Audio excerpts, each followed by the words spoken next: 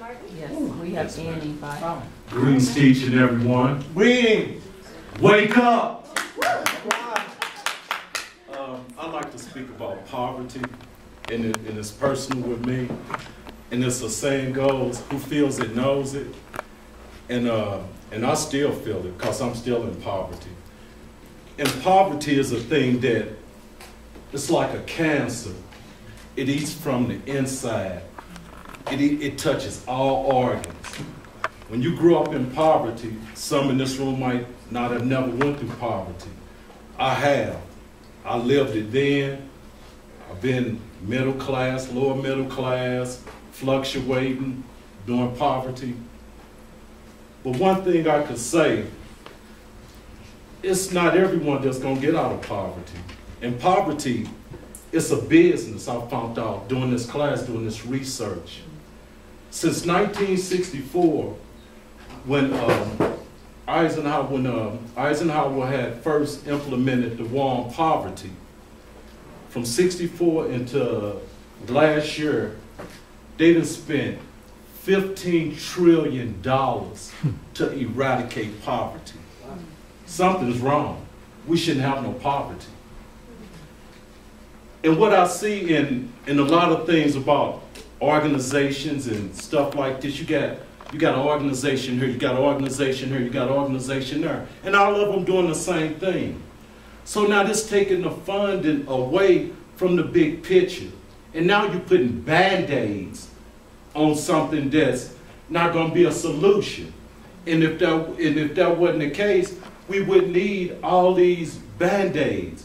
It seems like they need to come together for one common bond, because all this money is just being spent. And where is it? What good is it? It ain't helped out a whole lot of people's causes. And another thing, when you grow up in poverty and you living in a house where you got to put your plate in the ice box. I'm kind of old school. Y'all say refrigerator now. But you have to put your plate in the refrigerator to keep the rats and the roaches from crawling on your plate when you get up. That do something to your psychic. When you grow up in these situations, it cuts you to your core. And then you got generation poverty, because the parents never got out of poverty. So their kids gonna be in the poverty, and then their kids. So the thing I see is education is the key. And one of the things I would propose, first of all, we have to have somebody doing a better job with the money. Because $15 trillion, that's mind-boggling, you know, when I seen this. So one thing that I would like to implement for is eradicating parts of poverty and generation poverty is education. If we can keep a liquor store open 24 hours a day, we can, in these places, low income, poor areas, however you want to word it, we put in these little portable buildings for education.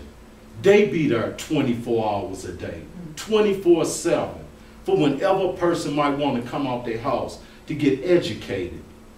Because the rate we going now, it's not working.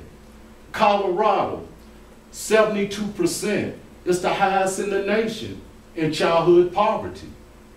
This state, you wouldn't believe it. So where I come from, it's crazy, you know. So poverty is, I guess I'm passionate about it because I done lived it, and I still live it. And I'm still under the poverty line. You know, and when a person got to struggle every day, you say, well, okay, I'm gonna pay my rent. But you know, when you pay your rent, you ain't got enough for this car insurance. If you pay the car insurance, then you don't have enough for this other stuff. So now you always behind, and you always, and a lot of times you can't even get focused because your mind is somewhere else. You struggling. You in your survival mode now. And so you ain't giving 100% of yourself because you're in a survival mode by any means necessary. And all I would like to say is wake up and live. Each one teach one. Good job. Good job, Greg.